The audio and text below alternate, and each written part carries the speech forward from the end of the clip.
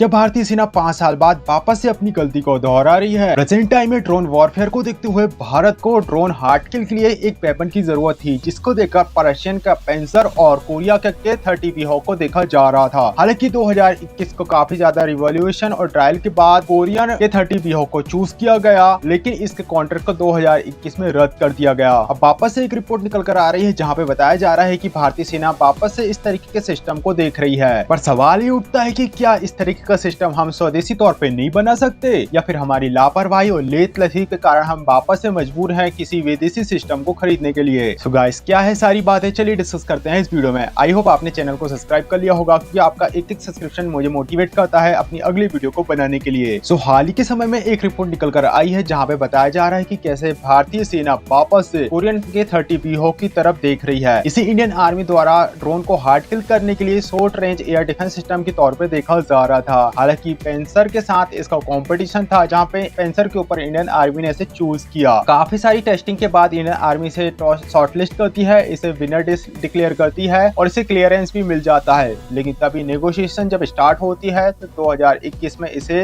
रद्द कर दिया जाता है। अब यहाँ पे चीजें वापस घूमकर वहीं आते हुए नजर आ रही है, जहाँ फ्रेश एक्सेप्टेंस ऑफ नेसेसिटी को रिलीज किया जाएगा और नए ऑप्शन को चूज किया जाएगा। और करंट टाइम के सिनेरियो को देखकर लग रहा है कि वापस से हम कोरियन K-20 Hawk की तरफ देखते हुए नजर आ रहे हैं। अब प्रेजेंट टाइम में ऑपरेशन सिंदूर के बाद और रशियन यूक्रेन वॉर में हमने देखा कि अनमैन्ड एरियल व्हीकल और ड्रोन्स की भूमिका आने वाले युद्धों में किस तरीके से होने वाली है। इसे देखते हुए हमें इस तरीके के सिस्टम की बहुत ज्यादा जरूरत है। इस तरीके के सिस्टम काफी ज्यादा कॉस्ट इफेक्टिव और ऑन द मूव होते हैं, जिससे कि हम कभी भी कहीं भी डिप्लॉय करने में सक्षम होते हैं। M30 Hawk में हमें 30 मिलीमीटर की M कैनन देखने को मिलती है, जो कि काफी ज्यादा एडवांस और ऑटोमेटिक है, जो कि खुद रडार से अपने एनिमी को आइडेंटिफाई करके उसे नेस्तनाबूद करने की क्षमता रखती है। इसी के अलावा इसमें IR गार्डेड मिसाइल भी हमें देखने को मिलती है। यहाँ तक कि इसकी जो सेंसर हैं वो सारे पैसिव हैं। यहाँ पे 30 मिलीमीटर की 2 गन्स हमें देखने को मिलती है, जो कि फुल्ली ऑटोमेटिक है। ये काफी ज्यादा मूवेबल है, यानी कि प्रेजेंट टाइम के थ्रेट को देखते हुए हम इसका काफी अच्छे से इस्तेमाल कर सकते हैं। हम बात करें इनकी जरूरतों की, तो 100-400 की संख्या में हमें इन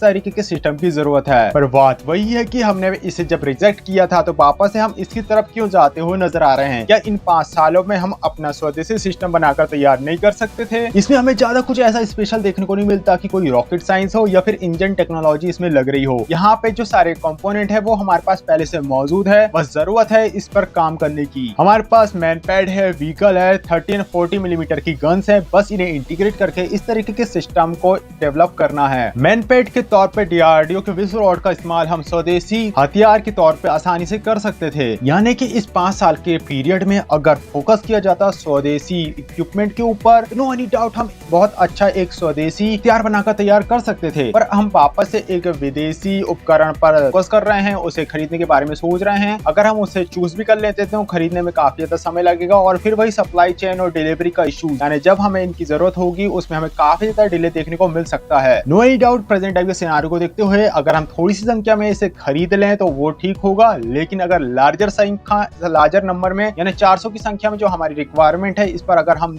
विदेशी कंट्री में डिपेंड करते हैं तो ये बहुत खतरनाक स्थिति होगी। प्रेजेंट टाइम के वॉरफेयर को देखते हुए हमें अपने स्वदेशी उपकरण में ज्यादा फोकस करने की जरूरत है। सो गाइस, आपका क्या ओपिनियन है इस टॉपिक को लेकर? क्या आपको लगता है कि क्या हम इस तरीके का वेपन डेवलप नहीं कर सकते, जहां पे हमारे पास काफी सारी ऐसी टेक्नोलॉजी है जिसे असेंबल करके हम इस तरीके की चीजें बना सकते हैं? तो क्या हमें स्वदेशी R&D करने की जगह पर क्या विदेश से इक्विपमेंट खरीद लेना चाहिए? आपका क्या ओपिनियन है इस टॉपिक को लेकर? कमेंट बॉक्स में अपना ओपिनियन जरूर शेयर करेगा। वीडियो अच्छा हो वीडियो को लाइक कर चैनल को सब्सक्राइब करेगा। मिलते हैं इस तरीके की किसी अगली वीडियो में, तब तक के लिए देखते रहिए मेरी वीडियोस को।